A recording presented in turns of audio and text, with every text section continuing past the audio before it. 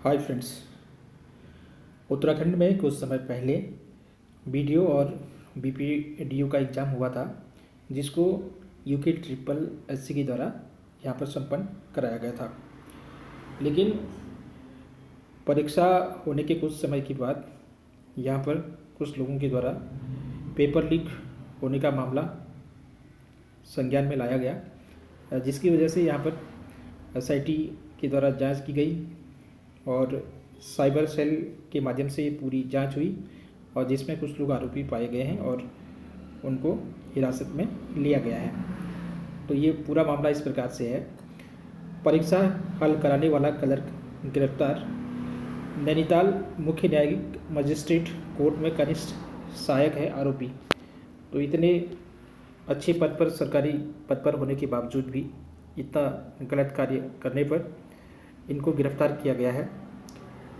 उत्तराखंड अधीनस्थ सेवा चयन आयोग यानी कि UK triple SC paper leak मामले में एसटीएफ ने नैनीताल सीजीएम कोर्ट के कनिष्ठ सहायक को गिरफ्तार कर लिया है। आरोप है कि उसने परीक्षा का पेपर हल करने के लिए अभ्यर्थियों से 15 लाख रुपए में सौदा किया था। आरोपी को न्यायालय ने न्यायिक अभिरक्षा में जेल भेज दिया है। एसटीएफ के एसएसपी अजय सिंह ने बताया कि अब तक 12 गिरफ्तारियां इस मामले में हो चुकी हैं और उन्होंने ये भी बताया कि उधम सिंह नगर के काशीपुर क्षेत्र के जसपुर खुर्द निवासी महेंद्र सिंह चौहान को एसडीएम कोर्ट के पास से गिरफ्तार कर लिया गया है। चौहान को पूछताछ के लिए एसटीएफ कार्यालय देहरादून लाया गया है, जहां उसने पूछताछ में कई खुलासे किए हैं। आरोपी ने बताया कि जसपुर खुर्द काशीपुर के कुछ छात्रों से पेपर के लिए 15 लाख रुपए में डील की गई थी। इसमें से कुछ पैसे उसे नकद मिले हैं, जबकि कुछ उसके अकाउंट में ट्रांसफ़र कर दिए गए हैं। इसके अलावा कुछ लोगों ने एडवांस के रूप में चेक भी दिए हैं और चेक भी उनके द्वारा दिए गए थे। चौहान की निशानदेही पर सभी चेकों को एसटीएफ ने जब्त कर जिस खाते में पैसे आए थे उसे सीज कर दिया है।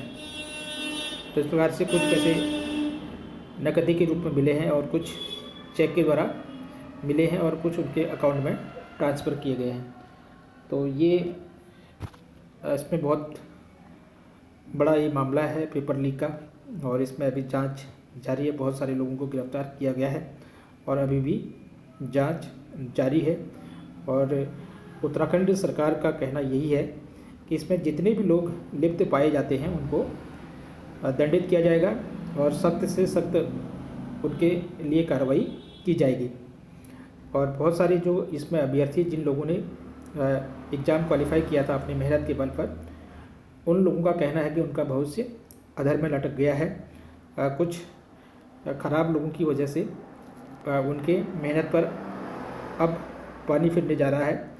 तो इसमें उन्हें न्याय दिलाए जाने की बात उनके द्वारा कही गई है। और आने वाले समय में जो भी सरकारी एग्ज़ाम होते हैं उत्तराखंड में, तो उनमें भी पारदर्शिता लाई जाने की आवश्यकता है, ताकि जो मेहनत करने वाले बच्चे हैं, पढ़ रहे हैं, तो उनको ये लगे कि आने वाले समय में उनके साथ न्याय हो सकेगा। अगर इसी प्रकार से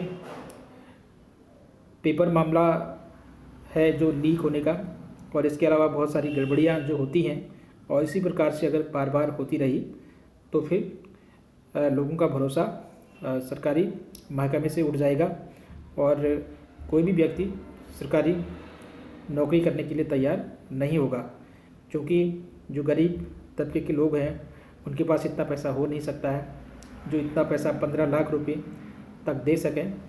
तो जो अच्छे होनहार बच्चे हैं, जो बुद्धिजीवी बच्चे हैं, उनको इसमें मौका नहीं मिलेगा और जिनके पास पैसा है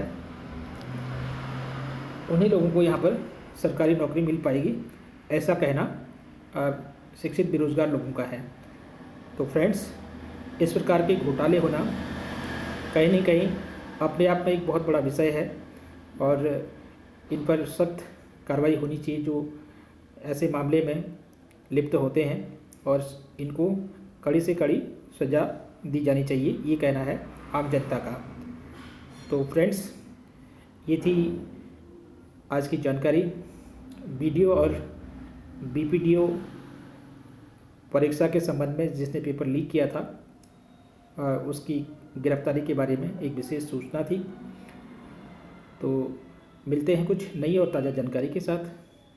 तब तक के लिए जय हिंद, जय भारत।